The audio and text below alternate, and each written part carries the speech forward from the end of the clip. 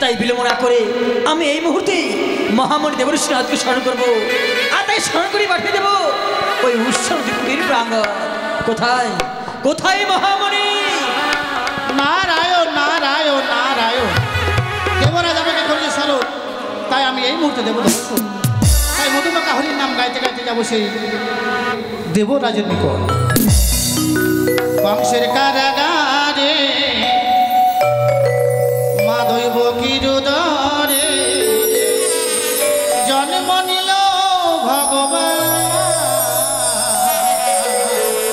হরে কৃষ্ণ হরে রাম বলো, হরে কৃষ্ণ হরে রাম। বংশের কারাগারে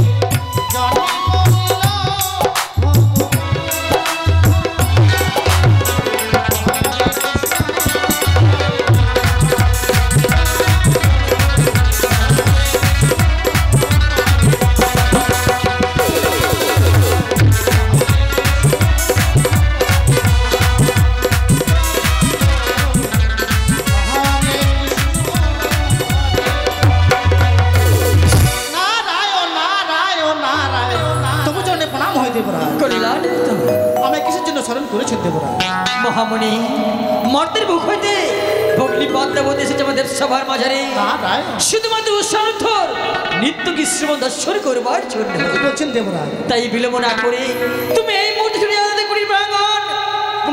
বিশ্ব আমার এই দেবসভার অঙ্গ। এ কি করে হয় দেবরাজ? কিছু সময় পূর্বে তারা নৃত্য করে গেছে দেবসভা থেকে, পুনরায় কি আসতে চাইবে তারা দেবসভায়? সত্যি বলেছ মহারাজ। আমি জানি যে বিশ্ব ব্রহ্মাণ্ডে যত জীবন জন্ম হয়েছে প্রত্যেক জীবের বিশ্রামের প্রয়োজন রয়েছে, নারায়ণ। কিন্তু তুমি তো এটা ভুলে গেছো। আজকে দিনে ওই মর্তবাসিনী ভগ্নী পদদেবী কথা দিয়ে ফেলেছি, নারায়ণ। যদি তাকে নিত্যকে শ্রবণ দর্শন করতে না পারি আমি যে বড় অপমানিত হয়ে যাব। নারায়ণ নারায়ণ। বেশ, আপনার কথা মতো আমি ছুটে যাবো সেই উৎসব নদীর কুটির প্রাঙ্গণে। সত্যি নারায়ণ। দেবরাজ, তবু যদি আসতে নারাজ হয়? মহামণি নারায়ণ। তুমি সত্যিই বলেছো যে নৃত্য গীত করে তাদের শরীর বড় ক্লান্ত হয়েছে, হয়তো স্বেচ্ছায় তারা আসতে রাজ দেবসভার মাঝারে। নারায়ণ। তাই জানাইবি দেবরাজের কথা। স্বেচ্ছায় আসতে রাজ হলেই এই দেবরাজ কিন্তু তাদের করবে চরম অভিযান। মহামণি, তাই বিলম্ব নাহি প্রয়োজন, তুমি এই মুহূর্তে সুন্দর করে মধুমুখ হরিনাম করতে করতে ছুটে যাও তাদের কুটির প্রাণ। বেশ, আপনার কথা মতো আমি চললাম সেই সঙ্গে কুটির প্রাঙ্গণে। তাই দেবরাজের কথা মতো যেতে হবে আমাকে।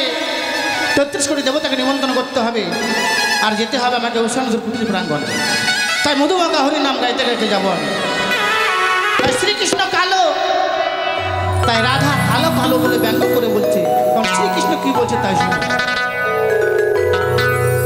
কালো কালো বলো না ও গো রাজার ঝি, বিধাতা করেছে কালো, বিধাতা করেছে কালো, আমি করব কি না? কালো কালো কালো কালো বলো